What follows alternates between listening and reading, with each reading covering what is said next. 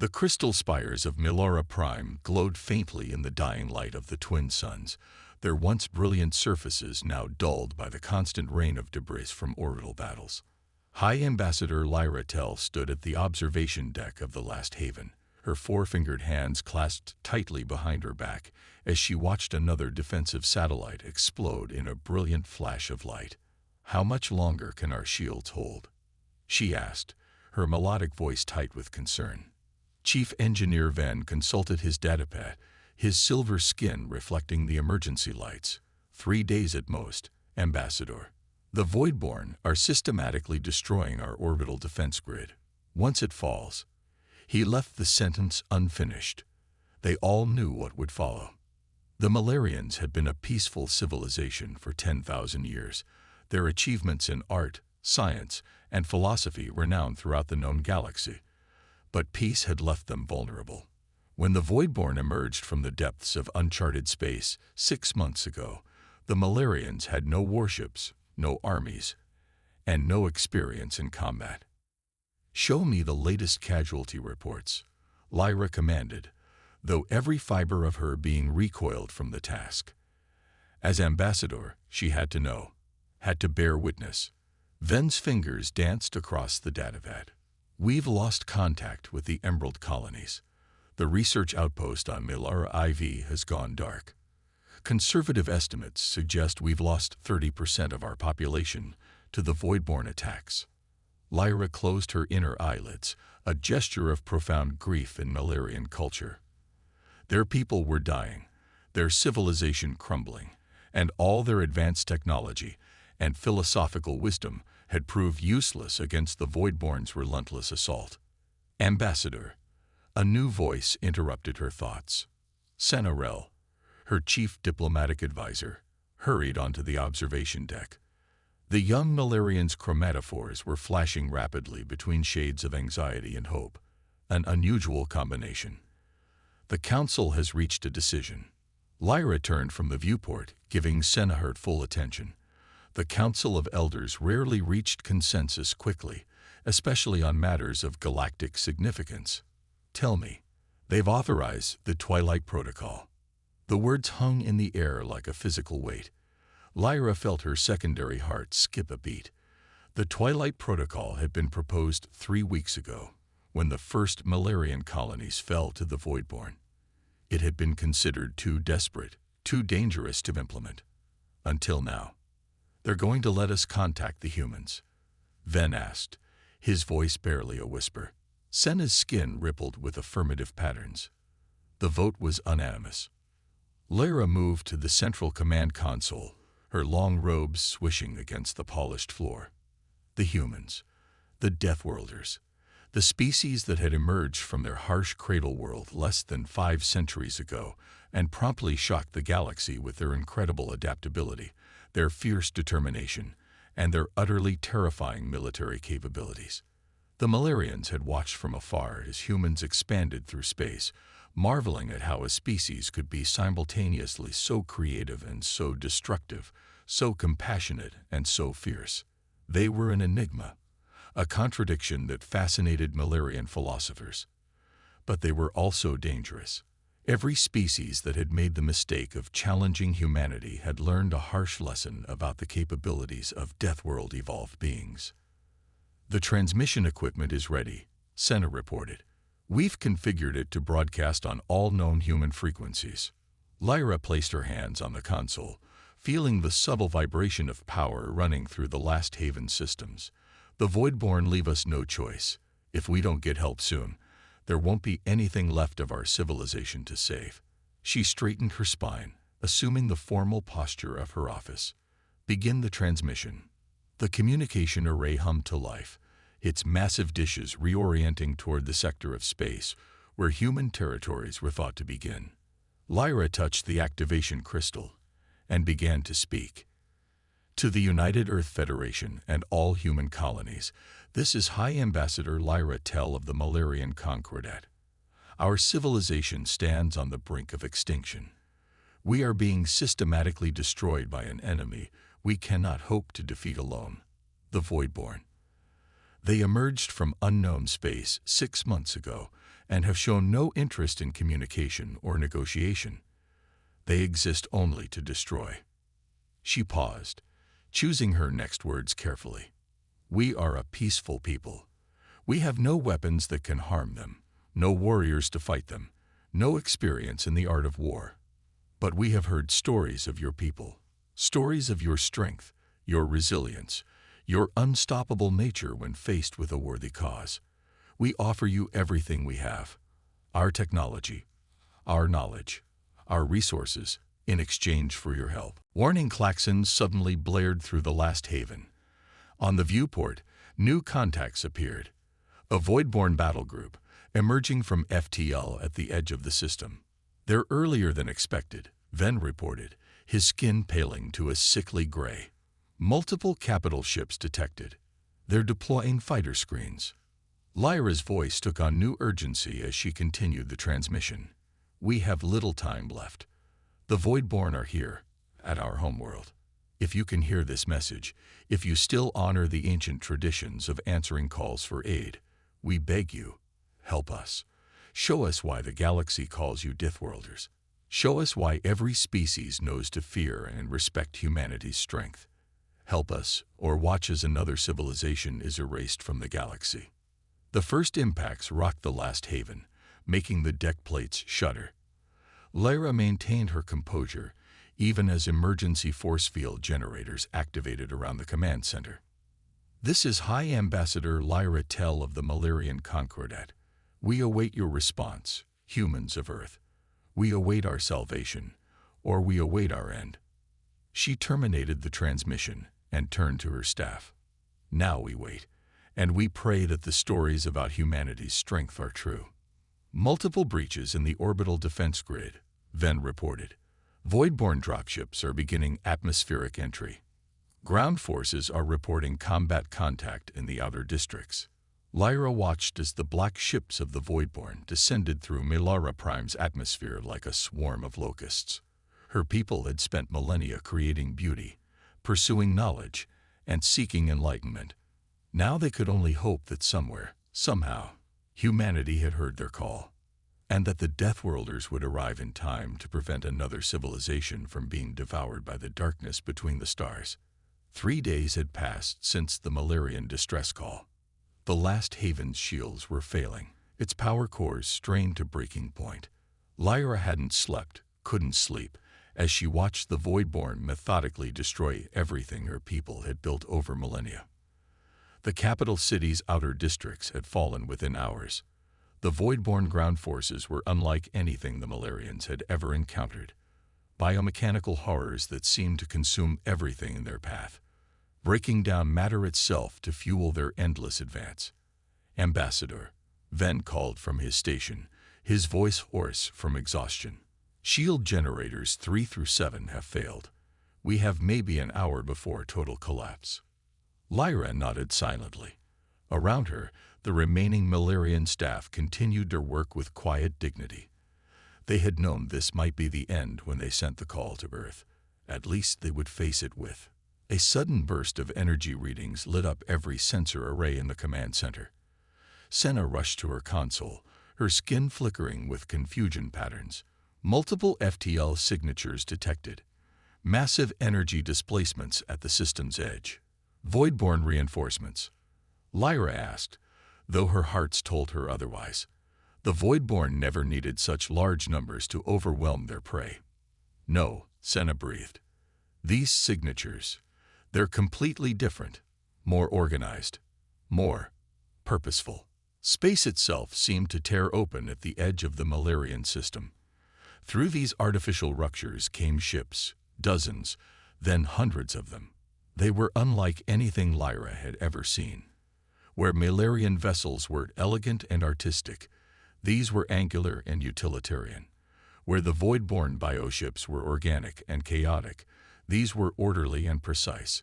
Every vessel bristled with weapon systems, their hulls marked with the unmistakable scars of previous battles. It's them, Ven whispered. The humans actually came. The human fleet's arrival was like watching a dance of predators.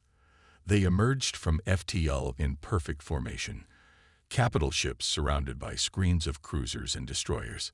Fighter squadrons launched immediately, taking up defensive positions around their larger cousins. A communication request pinged on the last Haven systems. Lyra straightened her robes and activated the holographic interface. The image that appeared before her was both fascinating and slightly terrifying. A human female in a dark uniform adorned with gold insignia, her bearing speaking of absolute authority. "High Ambassador Lyra Tell," the human asked, her voice carrying across space with crystal clarity. "I am Admiral Sarah Chen of the United Earth Federation Third Fleet. We received your distress call. Sorry, we're a bit late. Had to gather enough ships to make this worth our while." Lyra felt her chromatophores pulse with relief and gratitude. "Admiral Chen, your arrival is most timely. We save the diplomatic niceties for later, Ambassador," Chen interrupted, though not unkindly. "You've got hostile forces in your system, and I've got a fleet of very eager Marines who've been cooped up for 3 days of emergency FTL travel. Let's deal with your Voidborn problem first, shall we?" Before Lyra could respond, the human fleet burst into action. Their ships accelerated at speeds that should have turned their crews to paste, were it not for their advanced inertial dampeners. The Voidborn, perhaps sensing the new threat, began to turn their attention from the Malarian defenses to face the human armada. "Watch closely, Ambassador," Chen said, a predatory smile playing at her lips. "You're about to see why they call us Deathworlders." The first exchange of fire was unlike anything Lyra had ever witnessed. The Voidborn's energy weapons, which had torn through Malarian shields like paper, splashed harmlessly against the humans' defensive systems. In return, the human ships unleashed a devastating barrage of kinetic weapons, railgun fire, and energy pulses that shredded the front line of Voidborn vessels. "How?" Ven stammered, watching the tactical displays in awe. "How are they predicting the Voidborn's movements? We've never been able to establish any pattern to their attacks." "Pattern recognition is something of a human specialty," Chen explained, her hands moving across controls Lyra couldn't see. "Your Voidborn may be chaos incarnate, but chaos still has rules. You just have to think like a predator to see them." The battle in orbit quickly became a rout. The human ships moved with devastating efficiency, cutting off Voidborn escape routes and systematically destroying their vessels. When several Voidborn ships attempted to flee into FTL, human destroyers somehow tracked their quantum wakes and followed, dragging them back into normal space for the kill. But it was the ground battle that truly showed why humanity had earned its fearsome reputation. Drop pods rained from human ships, punching through the atmosphere like meteors. They crashed into the occupied districts of the capital city, and from them emerged human Marines in powered combat armor. The Voidborn ground forces, which had been unstoppable against Malarian defenders, suddenly found themselves facing an enemy that matched their ferocity. Human soldiers moved with incredible speed, their weapons equally effective against both mechanical and biological components of the Voidborn troops. Where Malarian security forces had been forced to retreat, the humans advanced.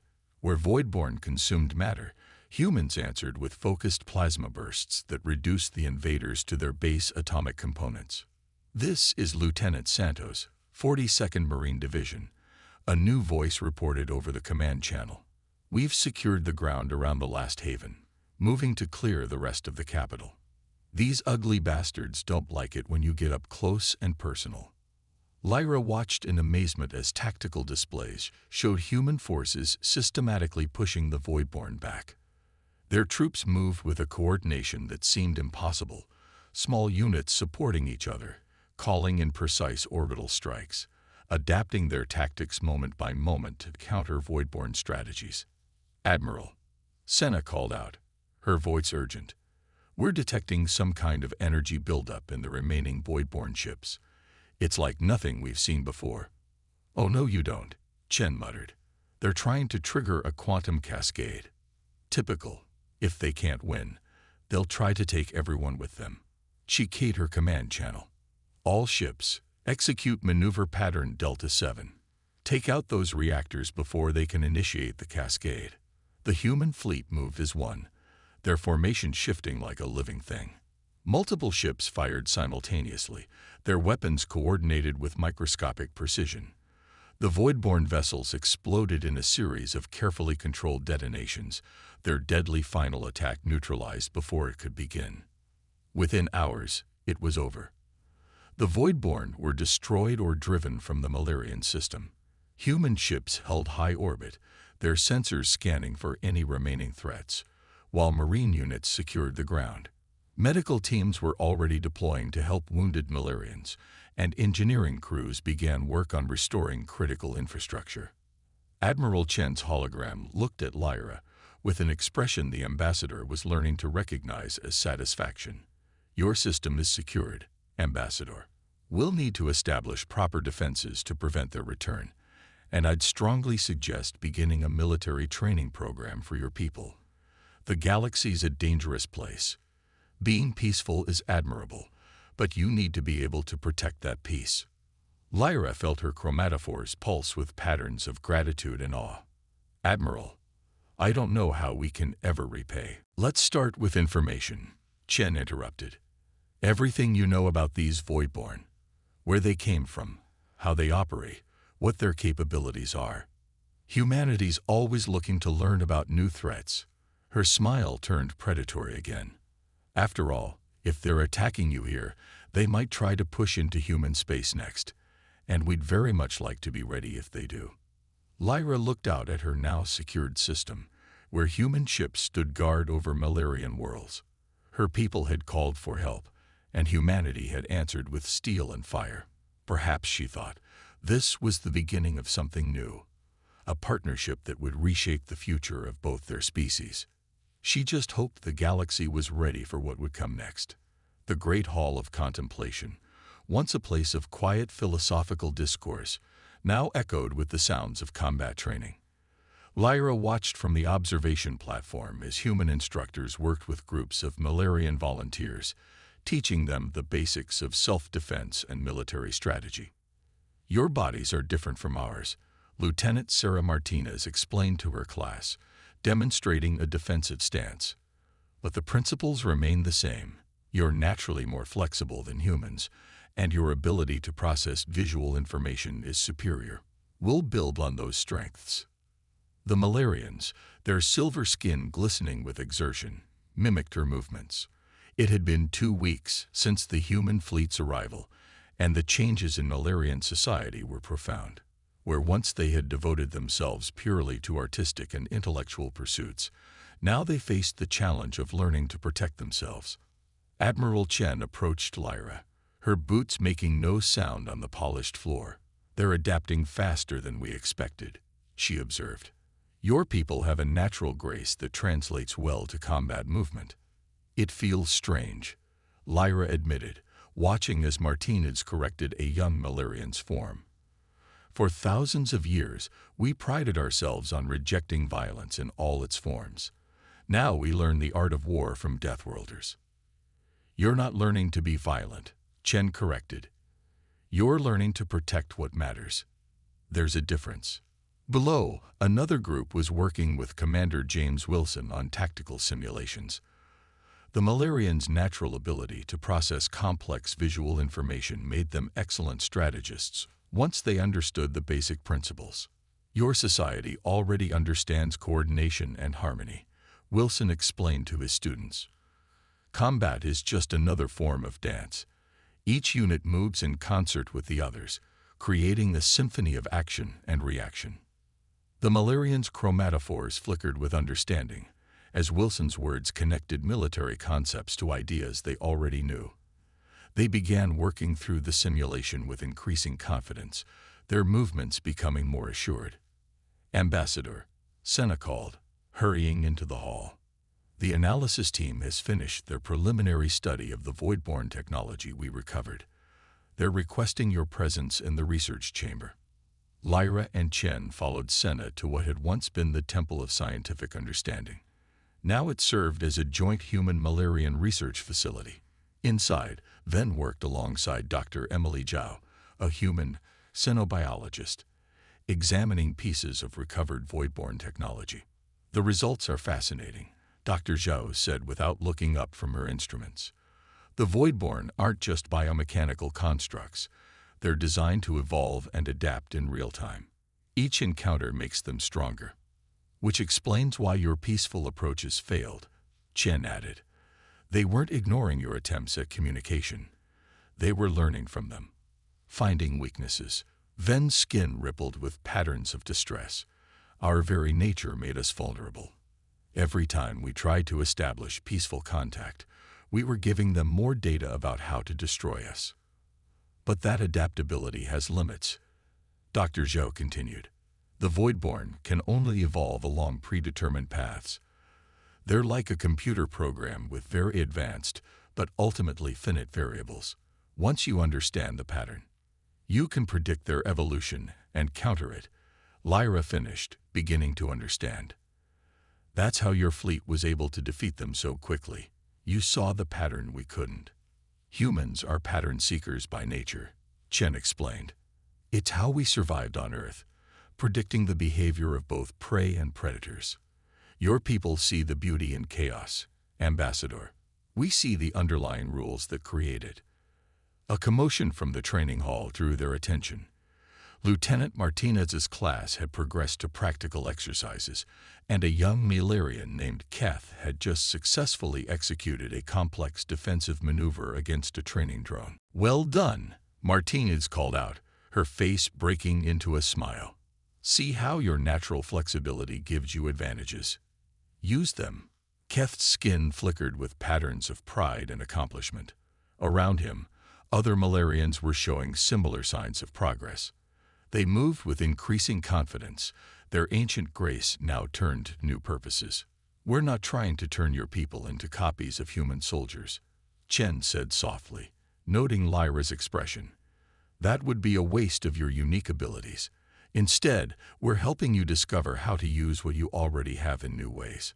In another corner of the hall, a group of Milarian scientists worked with human engineers, combining their advanced theoretical knowledge with practical human experience to develop new defensive systems. "Your shield technology is actually superior to ours in terms of pure energy dispersion," a human engineer explained. "You just never thought to use it offensively. Watch what happens when we modify the frequency." The demonstration that followed showed how Milarian shields could be pulsed to create devastating shockwaves, turning a purely defensive technology into something that could protect and strike back simultaneously.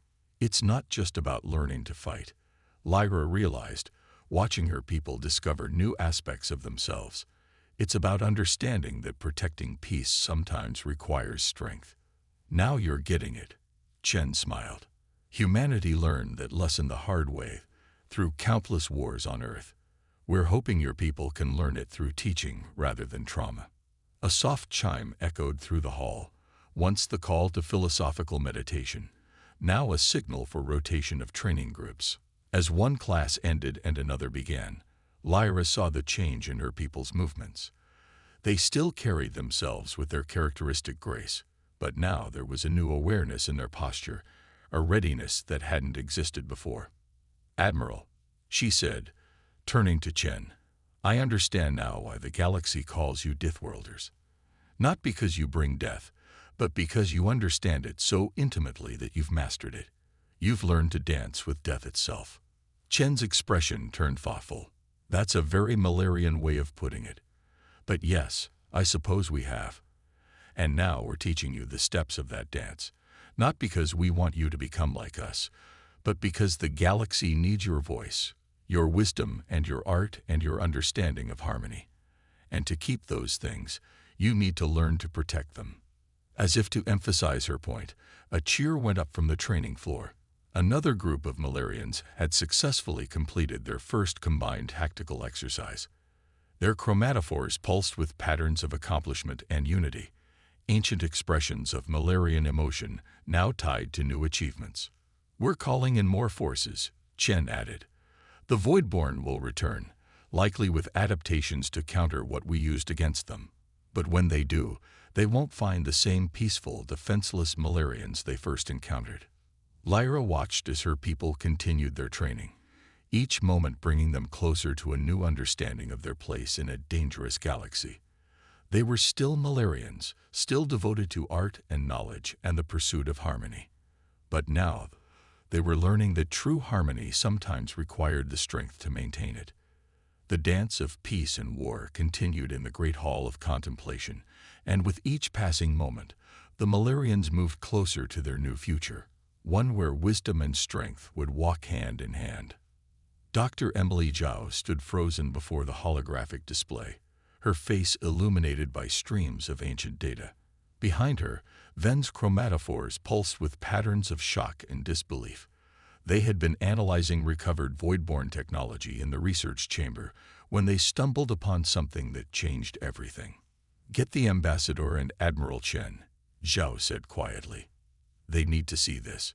Within minutes, Lyra and Chen arrived, accompanied by Lieutenant Martinez and Commander Wilson. The tension in the room was palpable as they gathered around the display. "We've been approaching this all wrong," Zhao began, manipulating the hologram to show the internal structure of a voidborn drone.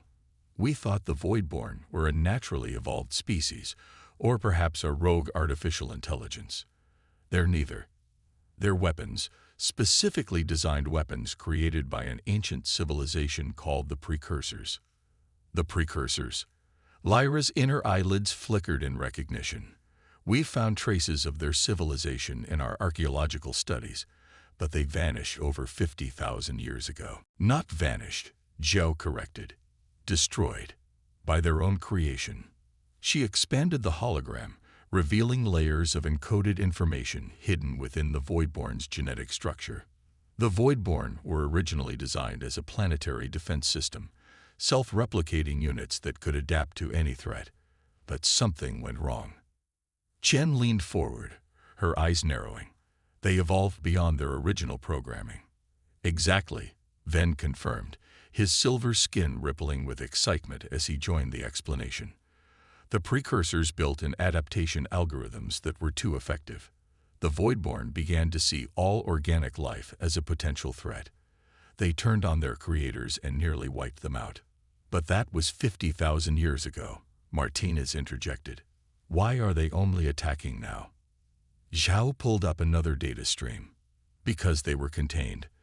The surviving Precursors managed to trap the Voidborn in a quantum stasis field, imprisoning them in a dead system far from any habitable worlds.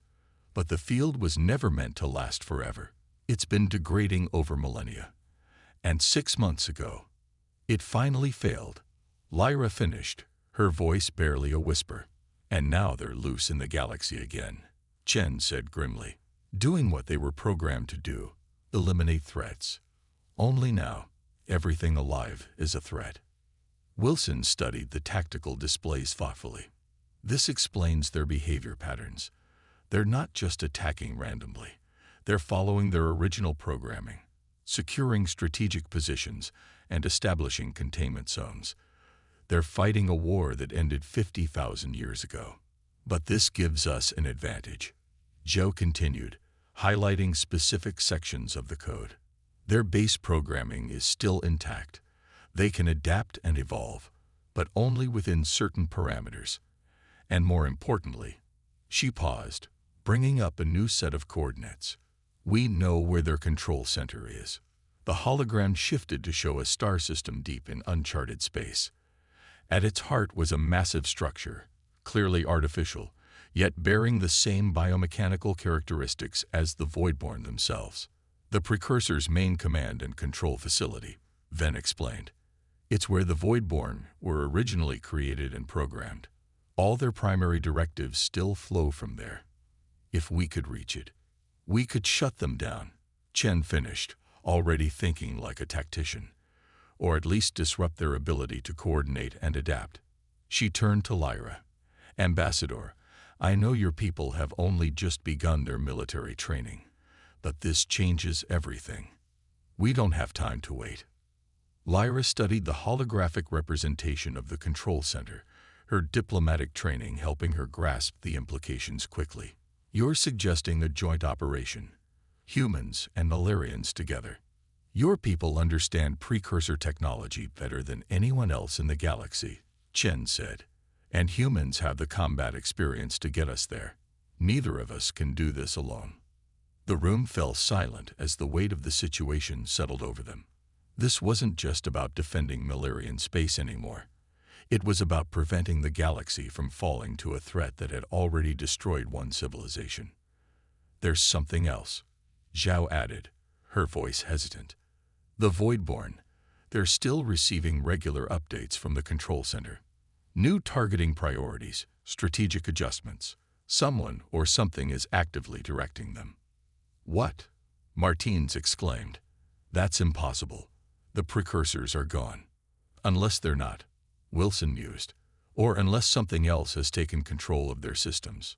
Lyra's chromatophores flickered with determination. Either way, we need to find out.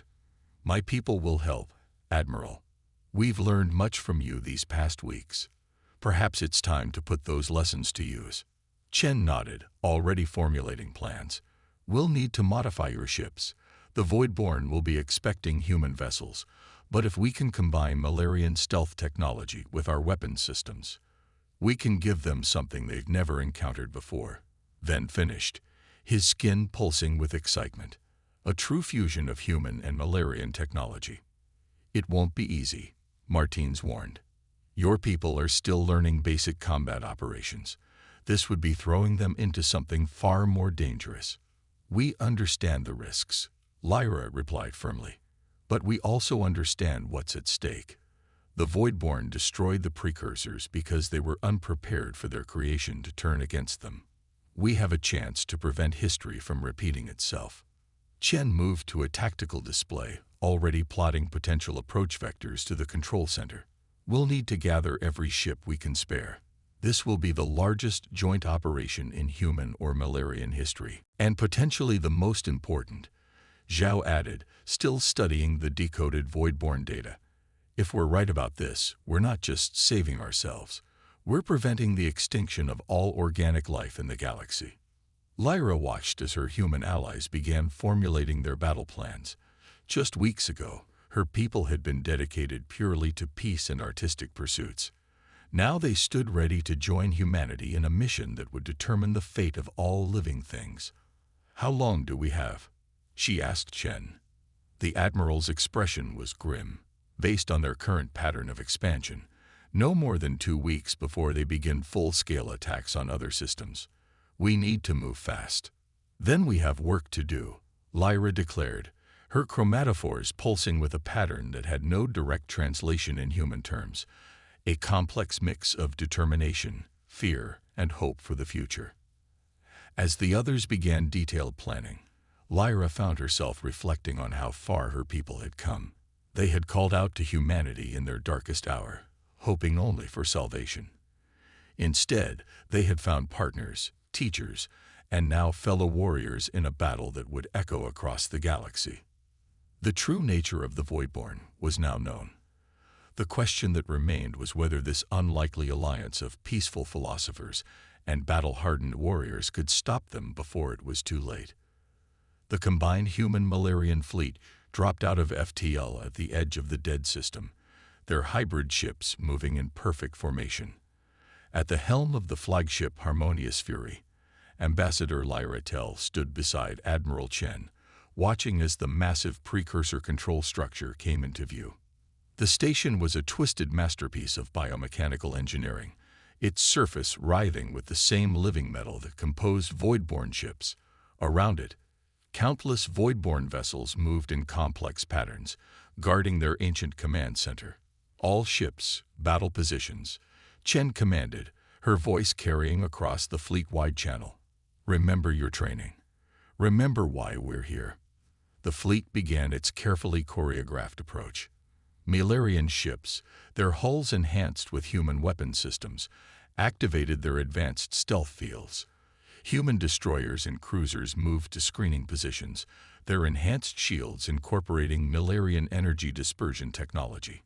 Enemy fleet is responding, Commander Wilson reported from his tactical station, multiple signatures breaking formation to intercept. Just as we expected, Chen nodded. Lieutenant Martinez, is your boarding team ready? Ready and waiting, Admiral. Martinez's voice came through clear and confident. Team Starcrossed is prepped for insertion. Our Milarian colleagues are eager. Lyra couldn't help but feel pride at that. The Joint Strike Team represented the best of both species, human Marines in their powered armor fighting alongside Milarian specialists, whose natural agility and technological expertise had been honed into deadly precision. The first wave of Voidborn ships struck like a tsunami of living metal. But this time, the defenders were ready. Human gunners, their reactions enhanced by Milarian neural interfaces, delivered devastatingly accurate fire. Milarian shield operators, trained in human combat techniques, pulsed their defensive fields in offensive patterns that shattered Voidborn formations. They're adapting, Dr. Zhao reported from her science station, monitoring the Voidborn's evolutionary algorithms. But slower than before. Our hybrid technology is confusing their prediction matrices. Time to push our advantage, Chen ordered. All ships, execute Maneuver Phoenix Rising. The fleet's formation shifted like a living thing. Human heavy cruisers punched through the Voidborn lines, creating gaps that Milarian stealth ships exploited with surgical precision. The space around the control station erupted in chaos as the two forces clashed. Energy spiked from the station. Ven called out, his chromatophores flashing warning patterns. They're activating some kind of defensive system. Massive tentacles of living metal burst from the station's surface, whipping through space with impossible speed. Several ships, both human and Milarian, were caught and crushed before they could react. By the stars, Lyra whispered, watching the destruction. The station itself is alive. No, Zhao countered, her fingers flying across her console. Not alive. Awakening. These readings, there's something inside the station. Something old. A new voice suddenly boomed across all communication channels, its tone carrying both the mechanical precision of an AI and the organic nuance of a living being. Children of flesh and steel. You dare to chaleng future. That's impossible, Wilson breathed. It's a precursor. They're supposed to be extinct. I am the voice continued. Last of DHEP guardi CURSOR ASCE and DED. My children, HAVAWAKENED, to CLEANC, this Galaxy, of the infection of organic CKAOS, UKANOT, stop EVOLUTYN. Chen's expression hardened. Watch us. She keyed her command channel. Martinez, your window is closing. Get your team aboard that station now. Through the chaos of battle, a modified Milarian stealth shuttle slipped through the station's defenses. Martinez's strike team, 20 humans and 20 Milarians, breached the outer hull and entered the biomechanical nightmare of the precursor facility. This is how it should be, Lyra said softly, watching the tactical displays. Humans and Milarians together, each bringing their own strengths. Your courage, our insight. Your determination, our understanding. The battle raged on as Martinez's team fought their way through the station. The architect sent waves of internal defenses against them, but the combination of human combat expertise and Milarian technical knowledge proved devastating. Every security system they encountered fell to Milarian hacking, every combat drone to human weapons.